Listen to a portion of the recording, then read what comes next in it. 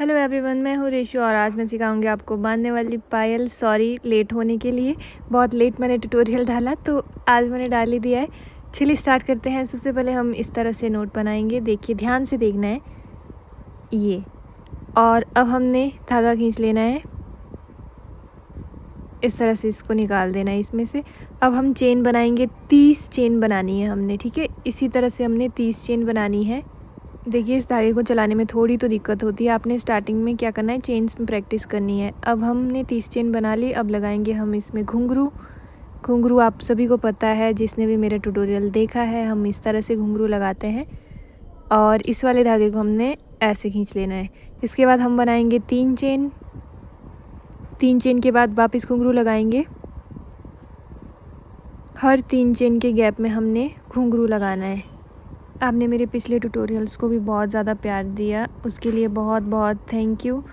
मैं इसी तरह से आपके लिए इजी ट्यूटोरियल्स लाती रहूँगी। तो अगर आपने अभी तक मेरा चैनल सब्सक्राइब नहीं किया है तो प्लीज़ सब्सक्राइब करें और बेल आइकन को दबाना ना भूलें, ताकि जैसे ही मैं ट्यूटोरियल अपलोड करूँ आपको नोटिफिकेशन आ जाए। अब करते हैं ट्यूटोरियल कंटिन्यू। इस तरह से हमने 3 चेन के गैप में घुंघरू लगा देने हैं। काफ़ी सारे घुंघरू मैंने इसमें लगा दिए हैं। अब आपने क्या करना है, इसको मापना है। किस तरह से हम इसको मापेंगे, हाथ में।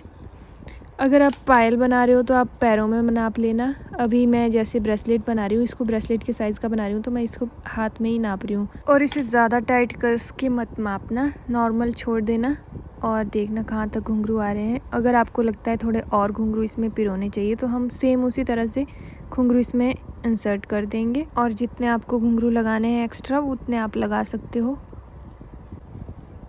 ये अब हमारा पूरा हो गया, देखिए इस तरह से। तो अब हमने क्या करना है, ये निकाल दिया हमने लास्ट वाली चेन। ये घुंघरू लगाने के बाद एक चेन जो बनती है, उसके बाद हमने वापस से 30 चेन बना लेनी है। और उसके बाद धागे को हमने कट कर लेना है इस तरह से, और ये वाला खींच लेंगे। अगर आप चाहो तो आपको ऐसे ही पसंद आ रहा है तो आप इसको ऐसे ही वेयर कर सकते हो। अगर दूसरी लेयर नहीं बनानी है तो आपने इसी तरह से इसको वेयर कर लेना है, इस तरह से हाथ या पैर में, जहाँ भी आप चाहते हो। अगर आपको बिल्कुल पतला चाहिए, अगर आपको नेक्स्ट लेयर बनानी है तो हम इस तरह से बनाएंगे। वापस हमने जैसे स्टार्टिंग में नोट बनाई थी वैसे ही इसमें नोट बनानी है। और देखिए जो घुंघरू है, इसके साथ वाली स्टिच के साथ हमने स्टार्ट करना है।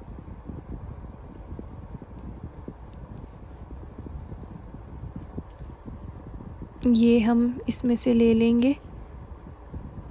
एक चेन यहाँ हमने बना दी।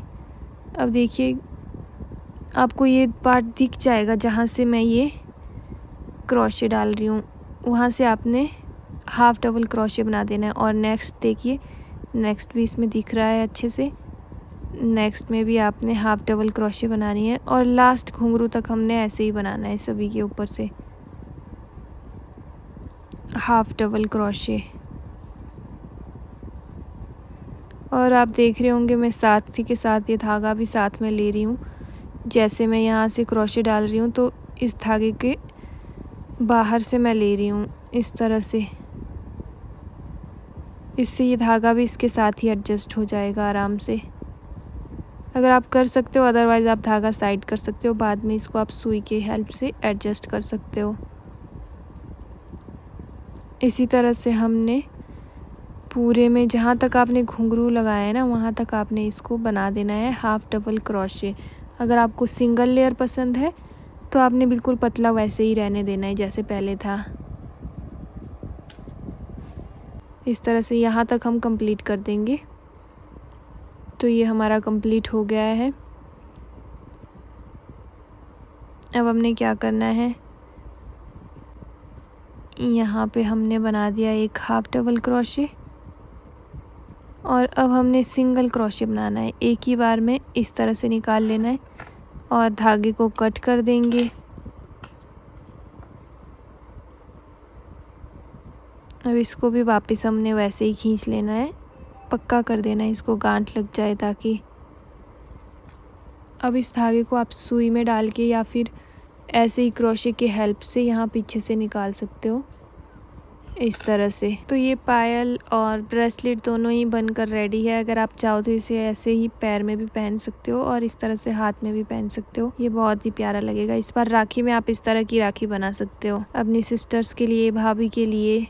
और इसे पैर में पहन के देखते हैं। ये देखिए, जो मैंने माँ हाथ के लिए बनाया है यही सेम मेरे पैर में भी अच्छा लग रहा है। थोड़ा सा घुंघरूओं का गैप रह रहा है लेकिन फिर भी अच्छा लग रहा है। आपने पैरों के लिए बनाना है तो पैरों में माप लेना है, क्योंकि मैंने हाथ के लिए बनाया था तो मैंने हाथ का ही नापा था। तो ये था आज का ट्यूटोरियल। आप सभी को कैसा लगा अपनी राय कमेंट में ज़रूर दें और कमेंट ज़रूर करें। और लाइक भी, आप लाइक भी नहीं करते हो, प्लीज़ कमेंट और लाइक तो कर दें। चलिए मिलते हैं नेक्स्ट ट्यूटोरियल में, तब तक के लिए bye bye. Thank you for watching.